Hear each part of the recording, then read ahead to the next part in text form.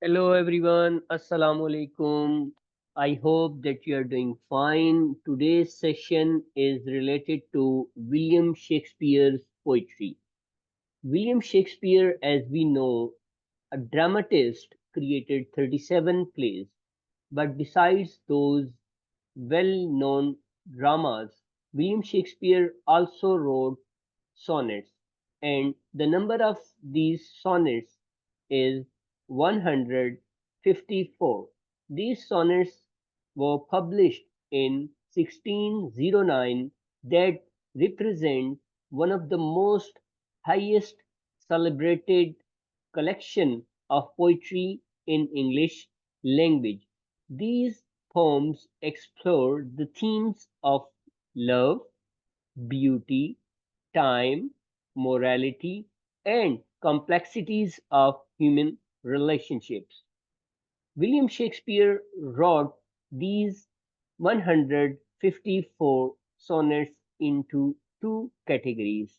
The first 126 sonnets are addressed to a young man, often referred to as the fair youth, and express poets' admiration, advice, and sometimes longing too. The remaining sonnets from 127 to 154 shift focus to a dark lady, exploring a more complex and tumultuous relationship which often indicates romantic tendencies. Let us see what a sonnet is. Basically, a sonnet is a 14-line poem which is composed in iambic pentameter style. Iambic pentameter, what is it? You should be familiar as a student of literature that it is a pattern where iambic pentameter is the rhythm and meter in which poet and playwrights wrote in Elizabethan time period of England, which is the time period of William Shakespeare as well. It is the meter that Shakespeare uses in order to compose poetry for bringing rhythm, harmony, and music in his poetry. It is more like a heartbeat. Quite simply, we can say it sounds like a heart, like D, dum, D, dum, D, dum, D, dum, D, dum. So when we see this pattern of D, dum, one is unstressed and the second one is stressed. We see the force is invisible on the first syllable and the force is completely identifiable on the second syllable. It consists of the line of five iambic pentameters, 10 syllables with five unstressed and five stressed syllables. It is the first and the last sound we ever hear. It is the rhythm of the human heartbeat. Like a human heart beats, we can see also Shakespearean sonnets. They also kind of reflect the beating of and the rhythm of the heart. Pentameter, well, pentameter is a kind of reflection of five. Iambic is D-dum, which is in fact a heartbeat. Penta is from Greek, which means five. So meter is really the pattern over here in this poem. So here we utilize five iambic pentameter or five iambs per line. So iambic pentameter means five beating. Five times the heart beats in a rhythm with stressed and unstressed pattern in a particular way, which creates a kind of rhythm in poetry. It is a kind of persuasive and attractive to ear, as we could see that music is created with the rise and fall of the tone, with the fall and rise of the tone, with the stress and unstress, with the force and removal of the force from the sound. So, in a way, it is against the monotonous sounds which follow one tone. Rather, the tone follows in a way falling and rising tone and action. So, it has a kind of effect to the listener's central nervous system. An example of pentameter from the Shakespeare, but soft, what light, though not, though yonder window breaks. So here is the example, but soft, what light, though yonder window breaks. So here you could see that but is unstressed, but soft, soft is stressed. Then what will not be said as what, rather it will be what. And then light, then through. Yonder, then window breaks. So here you could see that how first letter is unstressed, like but, what, and here the last one is stressed, like soft, light, yawn, when, breaks. So here we can see that how pattern is created. What is a syllable? In English poetry, a syllable is very important terminology that we often utilize while composing and reading a poem according to the rhythm. A syllable, well, it is a kind of division of the sound where one sound is differentiated from the other sound. One sound is different from the other sound into kind of pattern.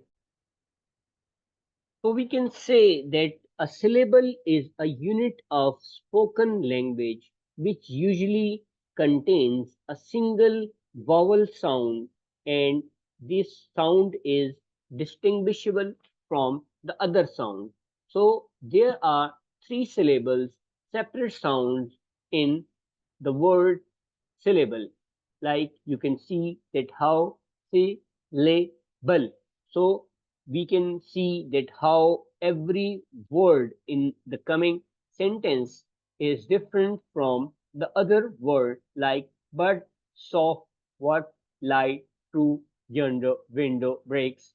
So here you can see that how many syllables are here. So if you want to see it, you can go back to the previous slide, and there you can see that how these syllables are in a way reflected at the bottom of this particular slide. So next one, like but, soft, what, light, through, yonder, window, breaks. So you can write it down and underline the stressed word, like as I previously discussed on slide number 5, that the first letter, this one is in a way a kind of uh, unstressed, and the second one is the stressed one. So this was unstressed and this one was stressed. Likewise, what was unstressed, light was stressed. Similarly, through was unstressed and yonder was stressed. So you can write it down, and then you can see that how rhythm is generated in iambic pentameter. So it is a kind of poetic form which has a kind of certain structure as well as a rhyming pattern. Shakespeare used all these sonnets in a kind of quatrains which followed by a couplet. So the scheme, rhyming scheme here is A B A B C D C D E F E and then GG. We will see when we will follow the poem, and we'll see that how this structure is composed, and when we'll see the example of this particular poem 116. So here you can see that how the same pattern A B like minds and finds. So this one is A, love and remove. This one is B. Similarly, mark and bark. C, shaken and taken. D, likewise cheeks, weeks. E, come, dome. F, and then proved love. So we can see that how this particular pattern of A B, C D, C D, E F, E F, G G in the iambic pentameter is followed by William Shakespeare. Quatrains are 4 lines of the stanza of any kind. So here we can see the following sonnet is divided into 3 quatrains. So 3 quatrains with 4 lines each will be roughly or exactly 12 lines. So a sonnet is a 14-line poem. First 3 sections are divided into quatrains, and the last one is divided into a couplet. So we see that first quatrain, second quatrain, and third quatrain, and a couplet is followed in this particular type or in this particular kind of poetry. So here we have a kind of example where we see that where 2 things are followed, and these 2 things will be reflected in the particular poem. So let's read this particular poem. Let me not to the marriage of true mind admit impediments. Love is not love, which alters when it alteration finds or bends with the remover to remove. Oh no, it is an ever fixed mark that looks on temples and is never shaken. It is the star to every wandering bark, whose words unknown, although his height be taken, loves not time's fool, though rosy lips and cheeks within his bending sickle's compass come. Love alters not with the brief hours and weeks, but bears it out even to the edge of doom.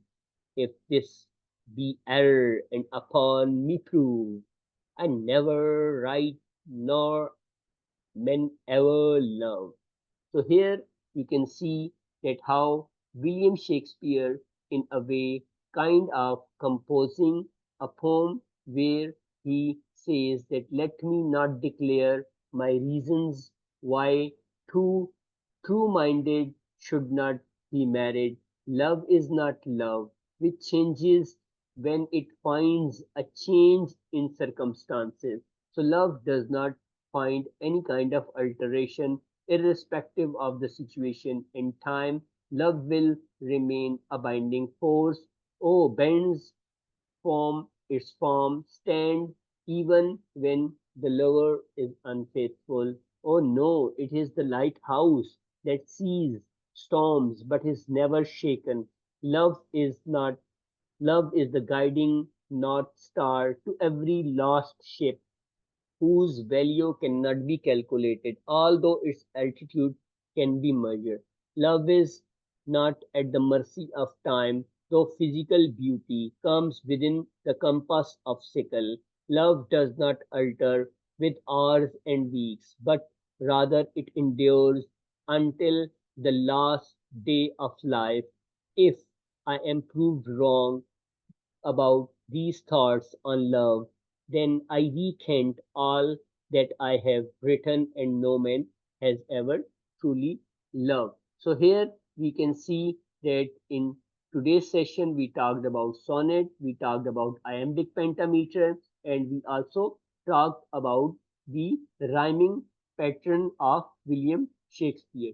So here I'm going to stop this session. In the next session, we will analyze the pattern, the rhythm, and the themes of this sonnet 116, and we will see that how Let Me Not to the Marriage of True Minds is a kind of masterpiece of William Shakespeare, where he has incorporated all the imagery and all the symbols of true love with the inculcation of artistic beauty. So, if you have any question, any comment, you can reach me out to the comment section.